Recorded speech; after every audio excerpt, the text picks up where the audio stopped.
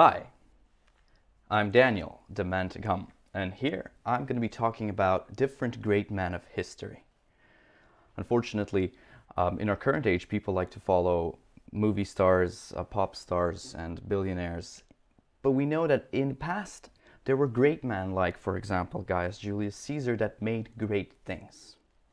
But one disclaimer is needed. Look, I will try and position these people as great men, meaning people who did amazing things, changed the world, did good things for their nations. That doesn't necessarily mean that these were fully good people. They were great men. I want us to learn from them, from their actions, from their great actions. And so I will try to disregard the evil sides and we'll try to put a little accent on all the great things. Things that we can learn from, things that history has potentially forgotten. Our first man of history for this first episode will be Gaius Julius Caesar. He was a leader of the Roman Republic. And the Roman Republic was a country that basically ran like a democracy, like many we have today. But how did it come to be? You see, 700 BC, a city was created, the city of Rome.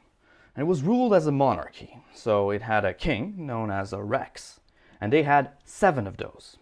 The 7th one, well, he was a little bit morally ambiguous. He wasn't a very good person, and he was overthrown by the Roman citizens. Now, some of the people that overthrew him, one of the names of these individuals was Brutus. That might come in the future. It's kind of foreshadowing. But the point is that the king was overthrown, and they needed a new form of government, a new way to rule their country. And they decided to go with the Republic. Meaning that in Rome, you had all these citizens, and they would do, merchants, traders, and different soldiers, a lot of different people doing different things, and they needed to be represented in a body. That body would be called the Senate. And so they would elect individuals into the Senate, and they would represent the people. Most of the senators were usually aristocrats, meaning they would come from famous families that held wealth or controlled land.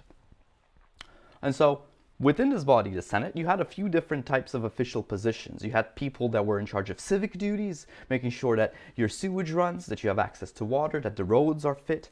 And you had the tribunes of people. The people's tribunes was basically about 8 individuals that made sure that the aristocrats didn't take advantage of the citizens.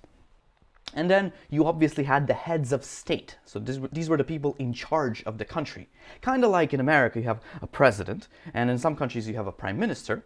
They had 2 heads of states. They were called the consuls.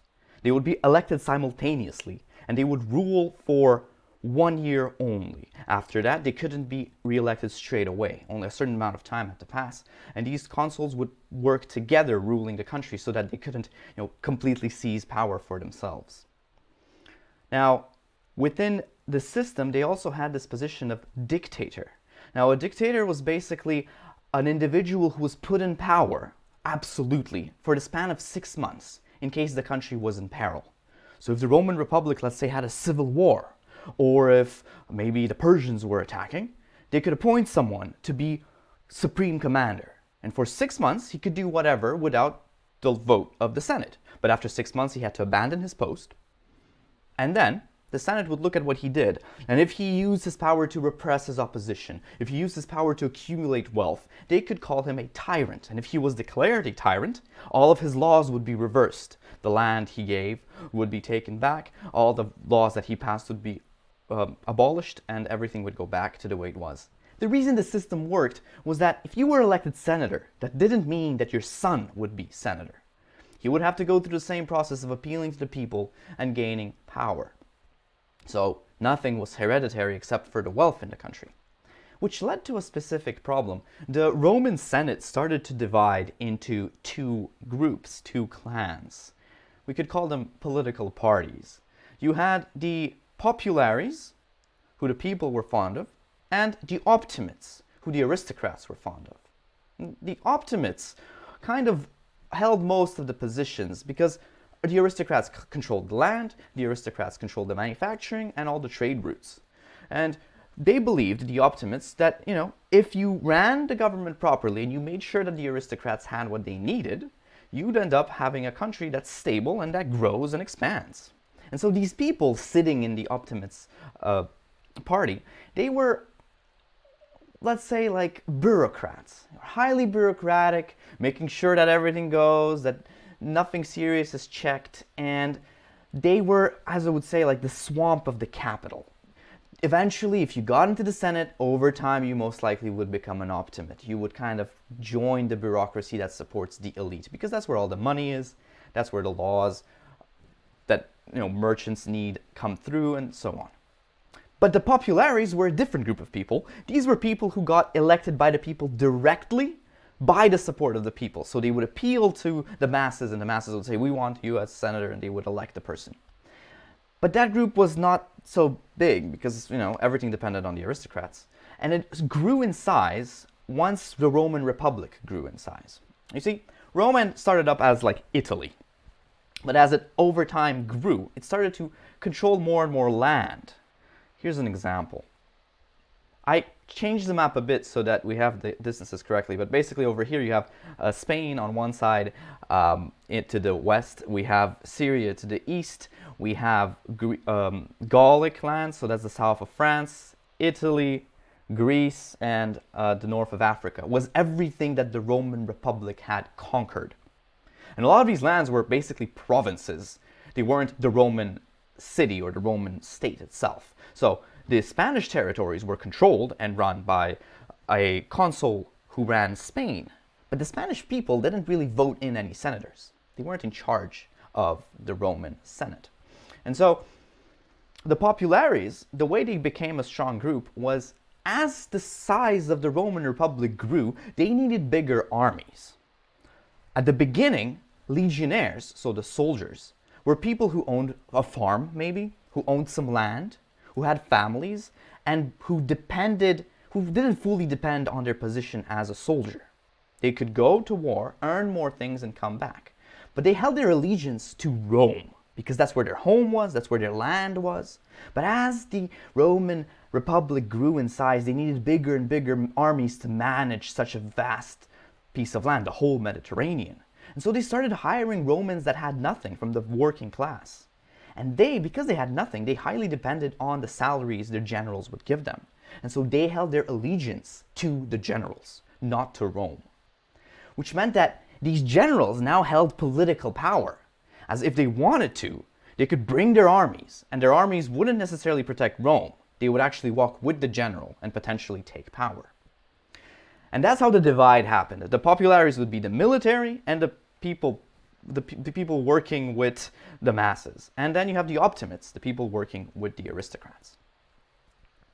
And that's also where our story begins, because our most famous populares was Gaius Julius Caesar's uncle, Gaius Marius. And he wanted to do a land reform. As we know, most of the land that was based for agriculture was owned by only a handful of people. All the food production was basically fully controlled by these aristocrats. And Marius wanted to add a land reform, confiscate some of the land, cut it up into pieces, and share it with the people. Peasants, farmers could now have their own land. Of course, the optimates opposed such a reform and would never let that come into play. Well, here's the thing. On the side of the optimates, they had a general named Sulla, and Sulla was ready to fight for power. And at some point there was a war, and Sulla was appointed general and consul. So he left Rome, and at that point Gaius Marius bribed some people, and they reverted their decision and made Gaius Marius the consul. This pissed off Sulla. He took his army that he was just granted, and they were somewhat loyal to him. He moved back to Rome and took power. And at that point, Sulla becomes a dictator, but instead of having 6 months of power, he's appointed indefinitely. And he starts to abuse his power. He starts to repress his opposition.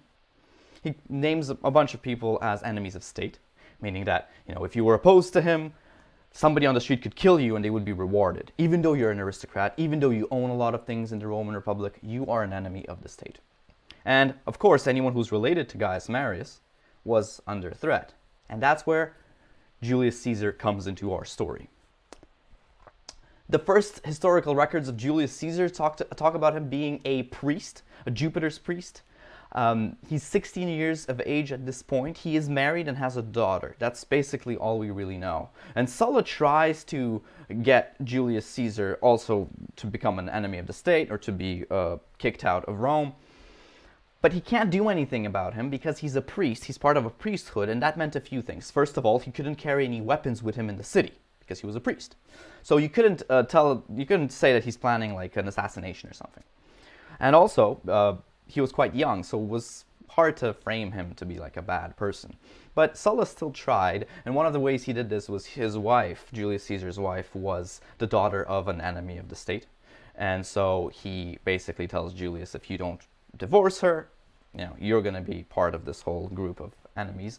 And of course he doesn't divorce her, and he loses all of his inheritance, he loses his wealth. All he's left with is his name and basically the fact that he's an aristocrat, but with not a penny to his name. And he takes his wife and daughter and flees the city.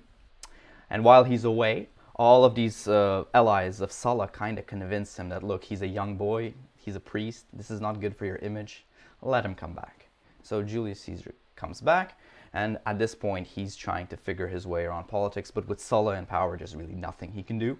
He decides to try a military route, and what he does is he heads off for a military war. He goes to basically participate in the battles happening in Syria, and Syria is gradually expanding.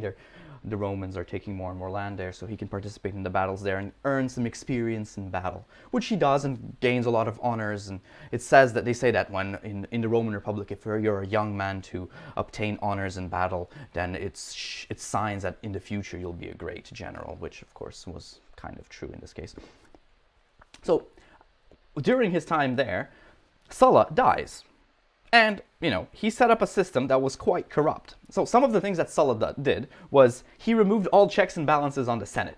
See, back in the day, the Senate, whenever they would have a hearing, all the minutes would then be told to the people of Rome at a square, basically. And all the people would know exactly what the Senate is doing. And plus they would have verifications on all the transactions because they would have taxes and they would keep track of all that. But Sulla removes all this and makes the Senate a closed body. So he says, look, you people elect the senators, they go into this room and they do their thing and we don't know what they're doing. But they're doing their job, and that's all that matters. And this allows for corruption to basically roam free. Plus, all the opposition were removed, and he creates a terrible, terrible country. The Roman Republic, which used to be renowned for its beauty, is starting to become a slum. It's falling apart, and corruption's roaming free. A lot of people are accumulating wealth, and a lot of people are becoming very poor. And Caesar sees all this. He comes back to Rome, and he attempts his try at politics. But the Senate's closed, the country's corrupt, and basically nobody wants to talk to him because he's part of the opposition. Yes, Sulla's dead, but the people in power now, they're all followers of Sulla. And obviously Caesar's like, oof, he's not one of us. So Caesar's quite disappointed by this fact and realizes that he needs to work on his oration skills. He needs to learn to speak well.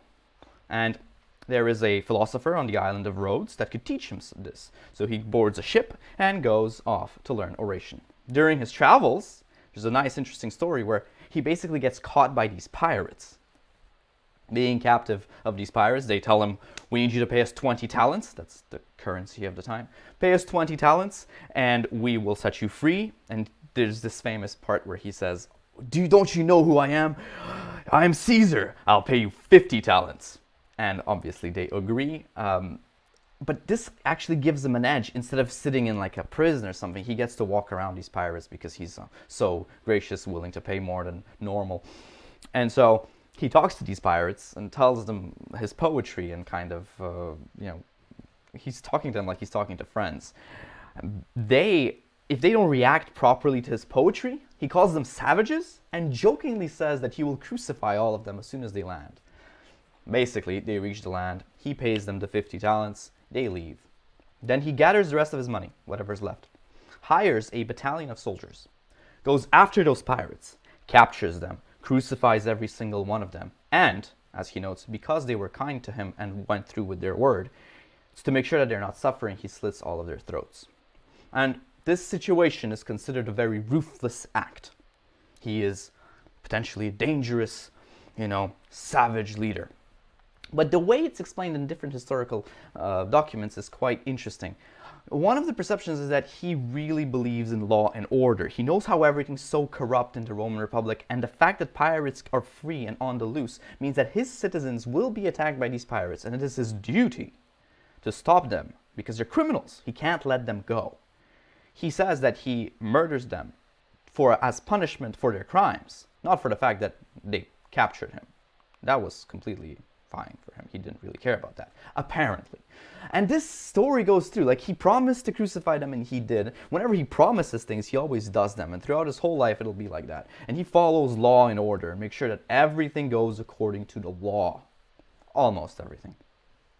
And now he's back in Rome, has better oration skills, and at this period he still doesn't have really access to the Senate, but he does find one of these generals who was persecuting some of his friends under Sulla's rule, and he tries to sue this general. That gives him some fame and makes him politically famous, but he loses the court case, so Caesar doesn't really get anywhere with that. But that general, after that court case, is basically out of history. You don't find a single document with him down the line. And he obtains a little bit of fame through little acts of social, justice, but really he's just there trying to deal with politics and understands that he doesn't have a chance here. So he needs to go up and build up a position in the bureaucracy. He decides to become the assistant of a consul of Spain. So the Spanish region of the Roman Republic, which will be right here.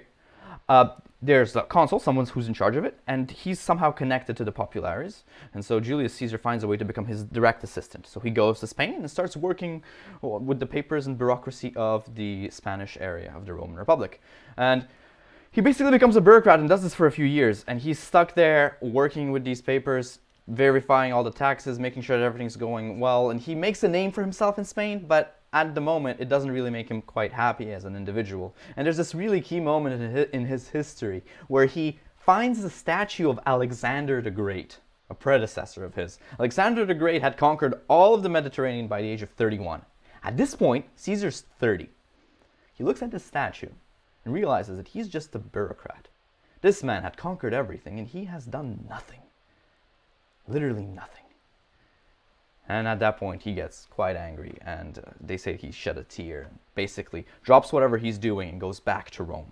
So as you can see, he's basically traveling, kind of getting experience. He can't get it in Rome yet, so he went to Syria, then he goes to Spain, now he went to Rhodes, and now he's coming back to Rome. Now, at this point, because he was the assistant of a consul, he has the right to access the Senate. He's given this garment made of a purple material that's painted by a very expensive ink, and it was like a purple color one that allows you to enter the Senate. And so he goes into the Senate, and now he has access to all these people, the most powerful people of the country, who he can talk to, influence, and find his way in politics. Once again, though, it doesn't work so well, because all these senators were followers of Sulla, and he is an outsider. So really, he's just there, kind of talking to them, and it doesn't work as well.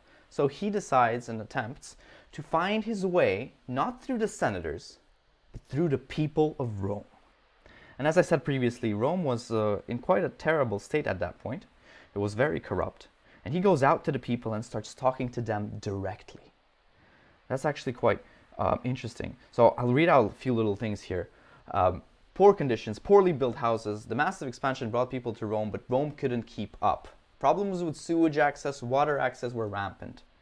Basically, according to historians, at that period, you'd have like the bathroom be thrown out into the street from the second floor windows, like, feces and stuff. Quite nasty.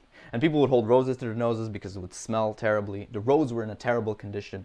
And according to Cassius, Caesar was ready to serve ordinary people. He would walk down those streets, shake hands with the ordinary folk, talk to them, find out what they needed most, promise to make lives better. He did not mind temporarily groveling. And that's kind of like a key moment. He finds his way with the people and promises them a better life. He promises to rebuild law and order. And of course, they come to like him. But that still wasn't enough. He needed something else. He needed more. He decided to take out a bunch of loans. He needed to prove by action. He takes all these loans and decides to renovate one of the roads into Rome. roads were really important because all the trade was going through them, and because of the corruption, nothing was working well. So he fixes up a whole road into Rome, and the people love him, the merchants love him, and now the senators are paying attention, and he tries to elect himself into the position of the Aedile of Rome, which is like the person in charge of all the civic duties, so in charge of all the roads, in charge of the sewage, in charge of water supply, but most importantly, in charge of the entertainment. And as we know, in every single democracy, you want to make sure that your people are entertained. We all know this really well ourselves, right? You want streaming services, you want access to good movies filled with propaganda, so you're following the state and you're always living in this little box and you're voting for the right people. Entertainment was key, and Julius Caesar knew this. He gets elected as Aedile, and at this point, he has the ability to influence the masses through entertainment.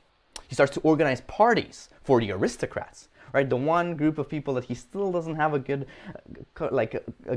connection with. He decides, okay, I'm going to be able to connect with you by organizing parties. He takes out more loans, organizes more parties, and some people say that it was supposed to be a short-lived fame, but he calculated it pretty well, and he got well famous because of the things he did. I think at this point, I'm going to introduce two new characters that we need to take into account. So one of the characters was Crassus. This was the richest man of Rome. So Crassus earned a lot of money during Sulla's rule, and he was also the man who defeated Spartacus. We'll have a separate episode on Spartacus. But he basically earned a lot of money, and that's kind of where Caesar was getting all his loans from. Crassus wanted to see change in the city, and although he used to be Sulla's follower, he now realizes that change needs to happen or else the country is going to fall apart. And he starts to invest in Caesar, and Caesar's basically indebted to this man. The other character here is Pompey. So Pompeius was a very known general, and he had obtained 3 triumphs. Triumph is when you, as a military leader in the Roman Republic, you go out, you have battles, let's say in Spain, you conquer some territory. It was very successful. When you come back, you leave a portion of your army behind and you wait outside of Rome. Rome organizes a giant celebration. And then you, as the commander, you walk through the celebration and everyone celebrates you. And that's called a triumph. And this was the biggest general in the Roman Republic, and he had like 3 of those triumphs, and so he was a very big man, very well known. And the 2 of them, Crassus and Pompey, were always battling for power. They wanted to be the next leaders. Pompey wanted to replace Sulla and basically be the next dictator of Rome. Crassus wanted to change the country for the better, but also wanted power, and so they were always competing one with the other. And we'll come back to them in a second. Julius Caesar takes out an even bigger loan, and this time he decides to organize the biggest games ever done in the Roman Republic. He fills up the bottom of a Colosseum with water to organize these mock naval battles, so people could like fight each other on the sea inside the Colosseum. And then he had 320 pairs of gladiators dressed in silver fighting each other out. And it was like a massive event. All the people loved it. He became really famous after this moment. And he had so much fame from this specific event that he decides to try his way of being appointed and elected as the supreme priest of Rome. Now, he did dabble in being a priest back when he was younger, so he had experience in this role, and he could be a moral guide. Yes, he would organize parties in the night, but during the day he was always acting through law and order, and so he gets elected as the supreme priest. And there's a story where he tells his family that if he doesn't get elected as supreme priest, the loans will catch up and he will be exiled and basically removed from the Roman Republic. So this was a real risk. And he succeeds in getting elected as the supreme priest, which puts him at a much higher position on the whole political game.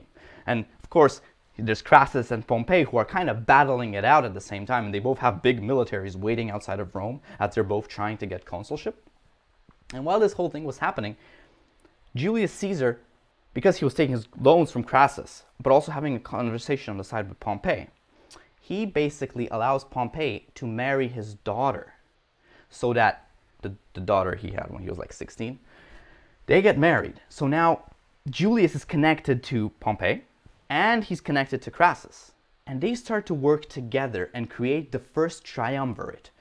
Now, this is like an alliance between three powerful men who would work together to achieve certain goals. Pompey wanted full power, Crassus wanted stability in the nation, and Caesar, well, Caesar was going for something greater than that. Now, at this point, Caesar, there's a lot of things that happen, but Caesar really plays his cards really well. At some point, his wife is caught cheating, and this was a situation that was like a very big riot. But what Caesar does is he says, look, these family affairs don't concern me. I'm the supreme priest. I'm supposed to be a good person, and I didn't cheat on anyone. That's all that matters. So he kind of plays his cards, putting everything aside and always choosing politics as the way to go. And then, we're not exactly sure if this revolt in Spain happened because of him, but basically there's a revolt in Spain, and he's granted a small army to go into Spain and to quench that battle, that revolt. So he goes into Spain, defeats the enemies, earns a bunch of wealth by fighting off against these tribes that were revolting and pillaging, in a way, what they owned. He quenches and stops this riot from happening, comes back, and while he was there actually battling, they call him Imperator, which is like a thing that your legionnaires can call you if you were a really good, powerful military commander. If you were a great commander, they could call you an Imperator, and that's what happened to him. So Caesar comes back into Rome, and he wins, or is granted, a triumph. If he leaves the army behind and stands in front of Rome, and waits for them to prepare a celebration, he can walk through Rome and receive a triumph. This is the highest honor a military leader can get. And he wasn't that big of a military leader yet, so for him this was a big thing. But instead of getting a triumph, he says he doesn't really want it. He rushes into the Senate, and around that same time they were having the elections for consul. And instead of taking a triumph, he abandons it and chooses politics one more time, and gets appointed as a consul. And at this point, Caesar basically played his cards in such a way that he becomes head of state. One with another man named Bebel, with the two of them become consuls and they rule over Rome. But the point is, he's now a leader, the leader of the country. And that kind of amazes everyone that he didn't choose the triumph, chose politics, very good. And of course, Pompey now, who's married to his daughter, is working with him, Crassus is working with him, and all of the senators in the Optimates party realize that, oh, wait a second, the populares are winning. And they were the populares. They now held control. The first thing he does is he, of course, returns control of the Senate. He passes a law that says, okay, from now on, whenever a Senate has a meeting, that meeting needs to be told to the people. So now there's checks and balances. And then over time, he decides to pass the law that his uncle tried to pass, which is to take the land that belonged to a bunch of agriculture magnates and split it up to give it to farmers. He put a bet on small business. Of course, the Optimates would never agree to such a massive change in the economy of the nation, so they had to play their cards right. Pompey brought his army into Rome to bring fear to the other consul.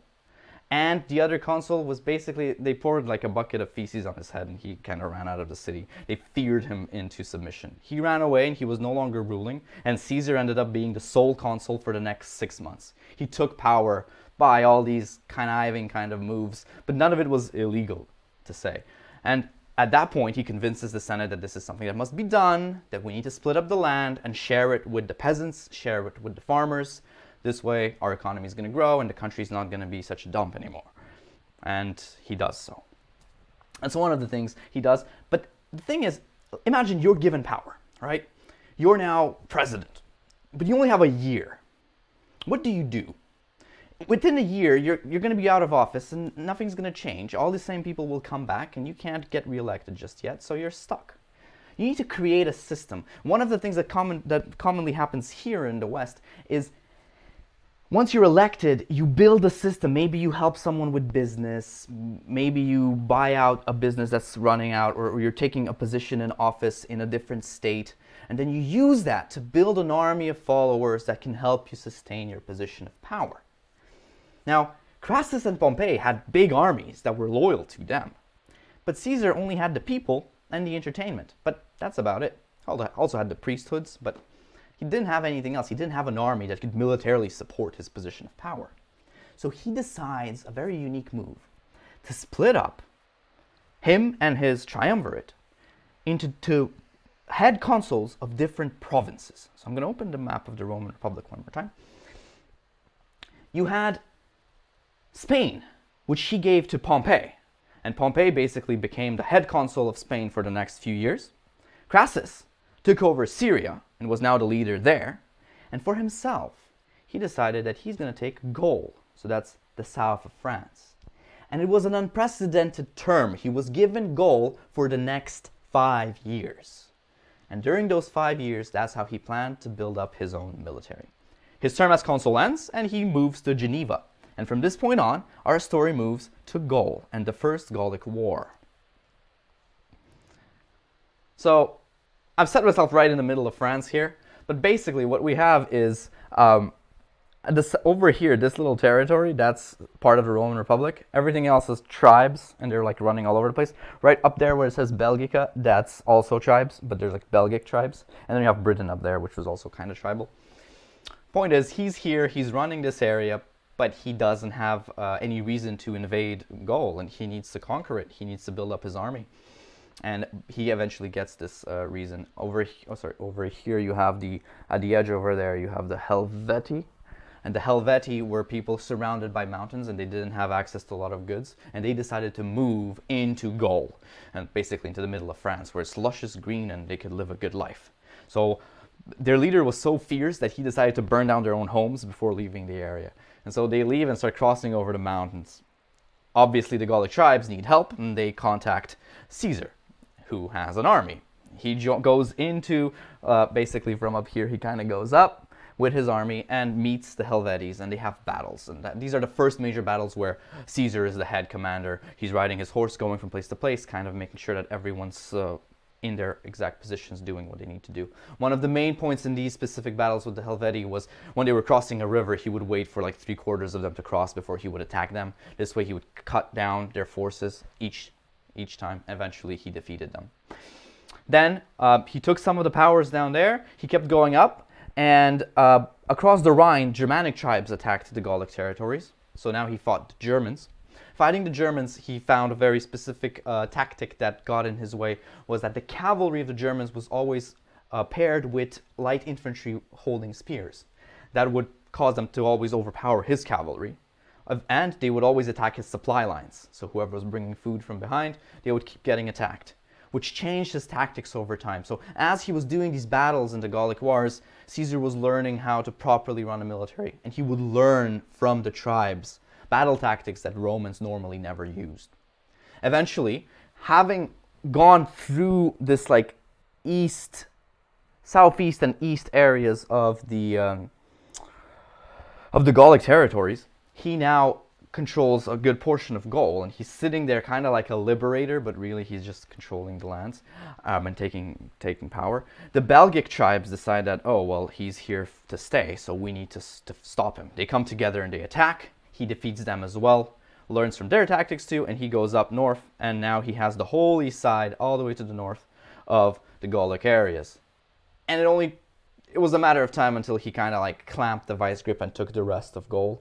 Only up here, this little peninsula, he had trouble because there were seafaring tribes that had quite large ships, much larger than the Roman ships, so he couldn't conquer them as easily. He would use these ropes with hooks to throw upon the sails and rip the sails of the Gallic ships apart and then conquer them this way. Anyways, point is, he conquers Gaul and becomes the great leader of Gaul. And now the people are kind of following him and not the Roman Republic. He had some issues with the Senate. The Senate would keep saying, oh, you're becoming too powerful, this is not okay. And he would have to do different feats to kind of show that he's a great Roman commander. One of them was over here you have the Rhine at the border of Germania. If you look right close to the map, the border of Germania, that's the Rhine River. And no military commander has ever crossed the Rhine to the Germanic territories up above the Alps. And he decides to do this. When the Germanic tribes attack, he defeats them, and then he builds a bridge across the river. It took him a day. His engineers build this giant bridge. He crosses the Rhine with his army, and for the next 18 days, he pillages the Germanic tribes until eventually, he basically sets a tone, saying, if you guys attack Gaul, you're dealing with me. This is my land.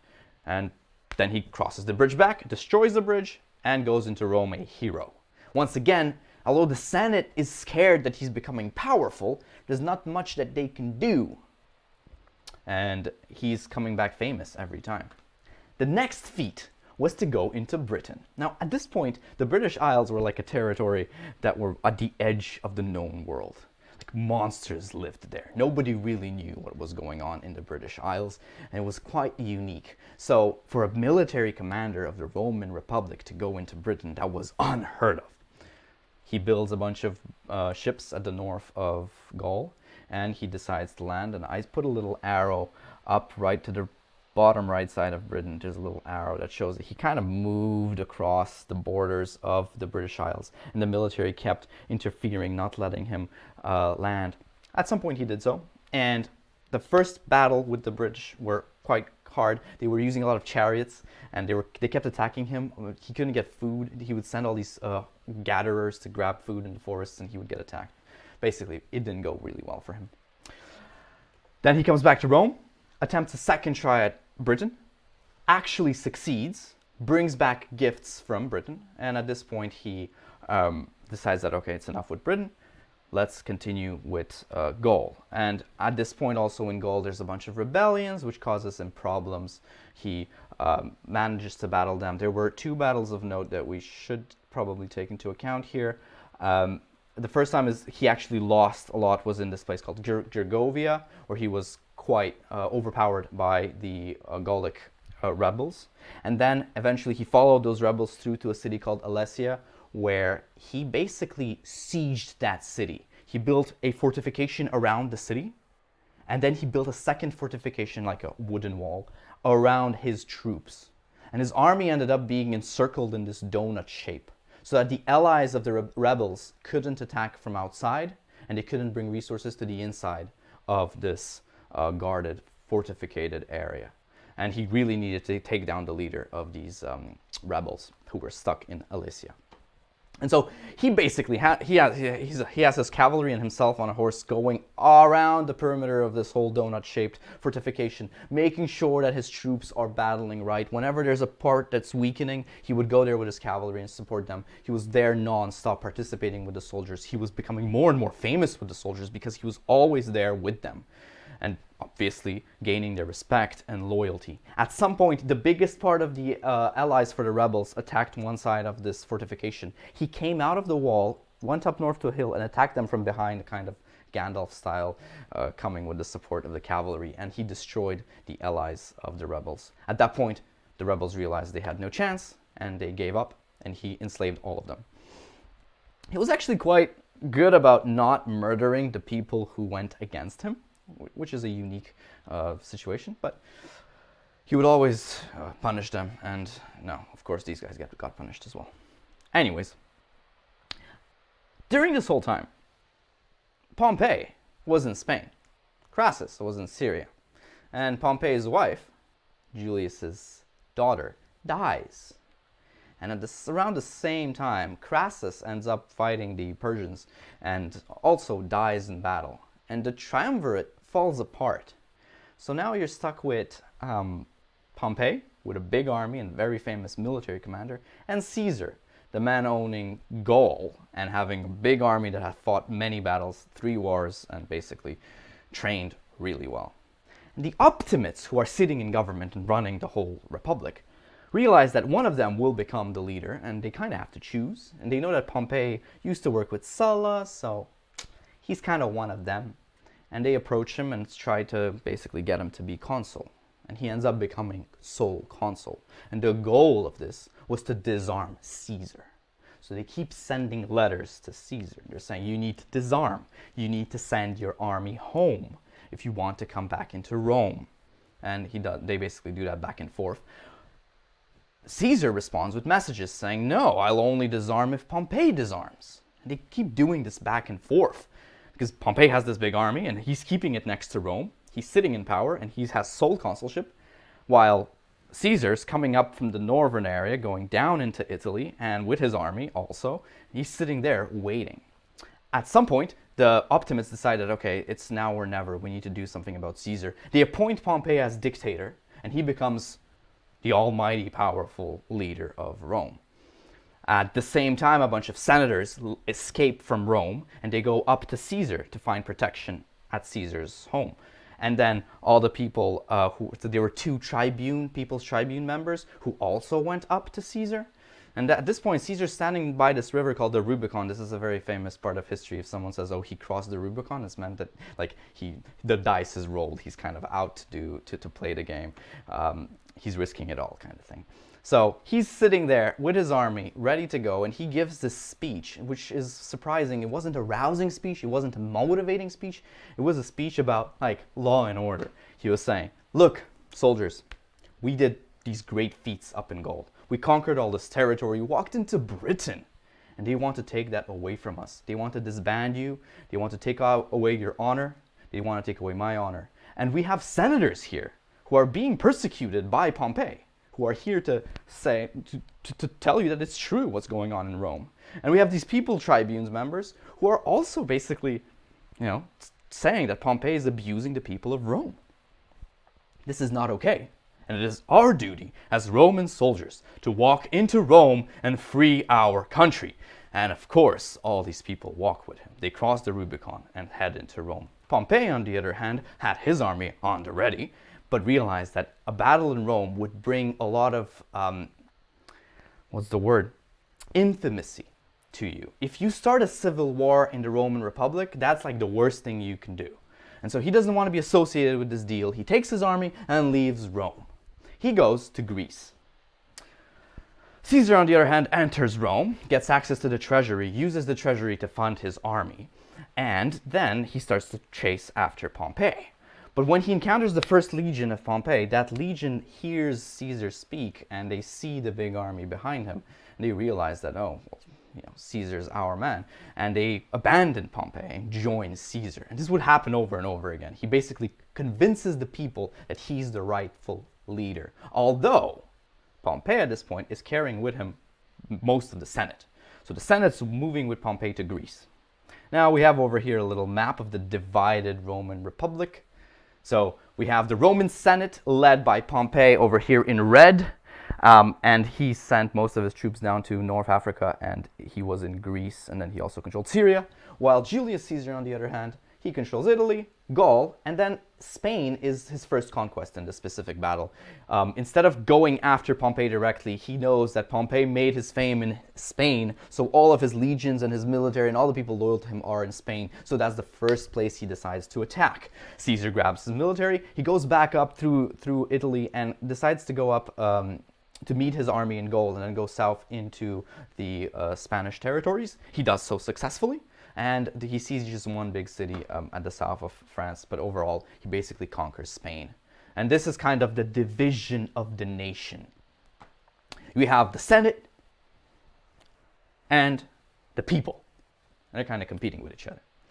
Now, there's another really interesting tactic that he did that I'd like to share with you. This was the fact that the supreme priest of Rome had a few duties. One of them was this issue with the calendar. See, the Roman calendar had 350 days in a year, and roughly. And basically, after a few years, they would add a leap month. So you would have like an additional month to catch up with the seasons. And that was the supreme priest's job to do so. And Caesar wasn't really taking care of that specific job for a reason. People followed the calendar, but he knew the real date, like the seasonal date, while everyone else kind of didn't. And so when Caesar was planning to take his boats from Italy into Greece, he noticed that the armies in Greece waiting for him thought it was like January and it was a really bad weather to take a giant army across. So they weren't as prepared, although the real date was in October. So not only was he using the tactics of the military combat, he had a position, an office, that allowed him to manipulate the dates of the calendar for the whole country, which he refused to act upon to make sure that he knew the right date and his enemies didn't. It's just one of the amazing things he was using to his advantage. And so he crosses into Greece and he catches them by surprise. He goes onto land and attacks most of the ships by land, and half of his army makes it, the other half stays in Italy, and he's kind of cut from his forces, and now he's in enemy territory. And then the next chapter of his story is he basically runs after Pompey, then Pompey runs after him. It's these battles, skirmishes, they build fortifications. It's a really long story. And at some point, Pompey loses most of his army. Not Pompey, sorry, Caesar loses most of his army to Pompey. And he says this very famous quote. He says, "If he ran after me, I would have lost. Pompey could have won. If only the enemy's army had a leader who knew how to win." So basically, pulling a victory is something that you need to know how to do. And Pompey clearly didn't. And you can see that many times. He was always close to taking power, but he never really did. And so at this point, the people fighting for Pompey, they're coming from all these different countries like Syria, Africa, and so they're there, but they're not really with him, while Caesar's army fought by his side the whole time. And the army of Pompey are getting sick of this back and forth, this cat and mouse game, and they said, we need to have a battle, like a final battle.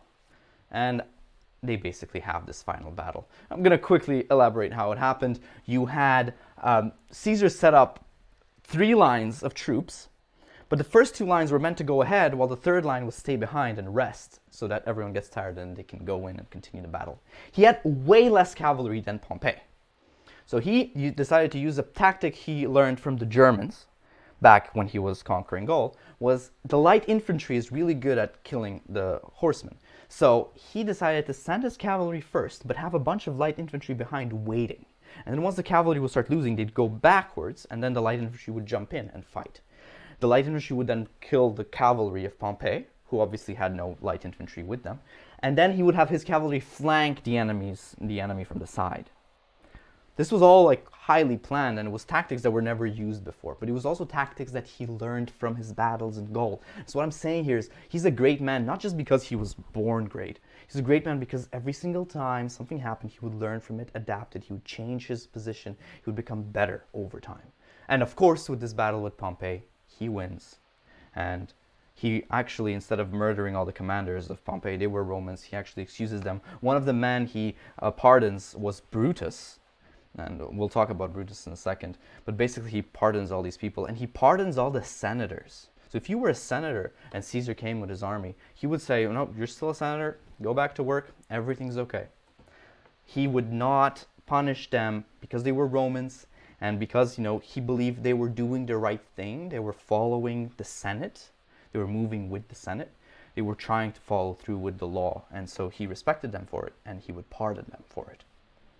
Now, the rest of the campaign of bringing back Rome is quite long, and I'm not going to bore you with it, such as like the north of Africa or the stories in Egypt.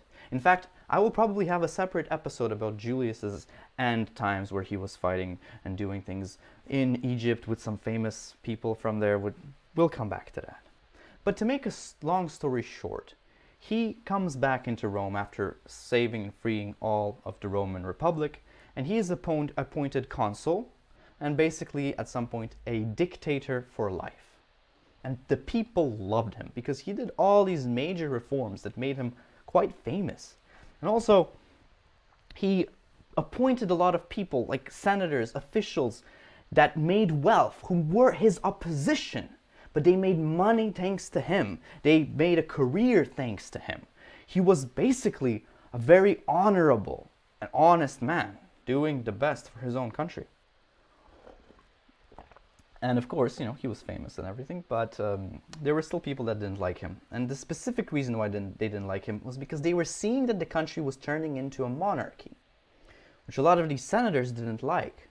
They wanted a republic, and that's what they believed in. As they saw that he's turning this into a monarchy, they started to plot against him. The goal was to assassinate him. And Caesar knew that this was coming. He knew a year in advance that he was going to be assassinated. And, you might ask, why wouldn't he just stop them, repress them, put them in prison? The reason is, and I've talked about this at the beginning, if in the Roman Republic you were a dictator and you passed a bunch of laws, if you were to persecute your opposition, after you would die or leave office, the senators would call you a tyrant. By declaring that you're a tyrant, all the laws you passed would be reversed, all the transaction of wealth would be reversed, everything you brought into play would be cancelled, and so your legacy would die. And he knew that. He knew that very well because he himself had cancelled Sulla's legacy of corruption. But now he couldn't do the same. He had to make sure that he was a good leader, or else his heir wouldn't get anything. And he did have an heir, Octavian, who eventually would be called Augustus, who he calls as his heir, meaning he would earn 3/4 of his wealth. He would give all that to his heir to make sure that he continues his legacy. But for that legacy to continue, under no circumstances should there be any evidence of him being a tyrant. And so, as usual, he's walking through Rome, no weapons on him, no bodyguards. He's in his city, a city he fixed. He removed all this corruption from. Clean streets, good people. He's walking through, entering the Senate. And at that point, about 30 men from the Senate run up to him, and they start to stab him to death. Among them was a man he pardoned, Brutus, to whom he looks at and says, "Oh, and you too, boy." He stops fighting back and lets them murder him. He dies, and he dies a great leader. And then Brutus goes up and tells the Senate, "We've destroyed this tyrant, we've removed him from power." But he's met with silence. Even the opposition of Caesar knew that Caesar was doing a lot of good things, even for them. And if they were to declare him a tyrant, a lot of the people sitting in the Senate would lose what they've earned. All these laws would be reversed. And so the land that were given to like 100,000 people earned some land from all those big magnates whose land was divided. They would lose that land. He also did some great things, such as he gave 1 million people citizenship. These were people from Gaul and Spain. So he made the Roman Republic a tighter place with many people having citizenship who never even came to Rome before. They would lose that citizenship. All the things he changed in the civic ways of waste and water and all the other things you use for trade, that would be reversed and abolished as well. And so the Senate sat there and decided not to do anything. And they chose a very unique position. They didn't declare him tyrant, but they also didn't punish the killers. And so that's kind of how it ends. And at that point, his friend Antony gets up and says, we need to have a burial. We need to honor this man's death, which would be unprecedented if he was a tyrant. But since he wasn't declared a tyrant, they decided to organize a funeral. And all the different residents of Rome came outside, and they were passing the body through. All the people were sad. And Antony, at that point, the best friend of Julius Caesar, reads out the will. And he talks about all the great things that Caesar did. That he returned the checks and balances to the Senate. He reversed Sulla's laws of repression. He gave over 100,000 people land, official positions, opportunities for wealth creation. He gave over 1 million people citizenship, securing Roman rule in the provinces. He reorganized and fixed the civil inefficiencies such as roads, sewage systems, waste systems. He conquered Gaul. He even stepped onto Britain. And he leaves 3/4 of his wealth to Gaius Octavius and 1/4 of his wealth to be equally distributed among the residents of the city of Rome. And so he leaves behind a gift. And that overfilled the chalice of anger. The people of Rome ran into the Senate. They found those 30 or so traitors trying to murder each one of those. Whoever could escape Rome, but were basically removed. So Caesar's opposition at that point was eliminated by the people because he was so nice to them. They couldn't dare see their own king, in that sense, being murdered. And the moment of his death allowed for the Roman Republic to cease being a republic. The moment of his death is what transitioned the republic from a republic into an empire, a state in which the leader of the country passes on his power to his heir. And that heir then keeps political office, and that keeps going on and on and on. And that moment of him dedicating himself and sacrificing himself for his nation is what really makes him a truly great person. It's because of that the great leaders of like Germany, who were called Kaisers, or Russia, who were called Tsars, are all named after Caesar. They are trying to put him as a historical figure to follow, to be like. And unfortunately, most people in history weren't capable of being as great as Caesar. But we mustn't forget that these people do exist. They did exist. And if you're a man out there and you're not sure what to do with your life, or you're confused and you're not achieving something, this is an example of someone who basically went from nothing to becoming the most powerful man ever, and despite that, sacrificing himself for his country, for his legacy. And he paved the road for the next man to come. And on another episode, I'll tell you about someone else who was great. But for now, I thank you. If you like this, feel free to donate, and then follow me on Twitter. And thank you very much for listening. I hope to see you next time.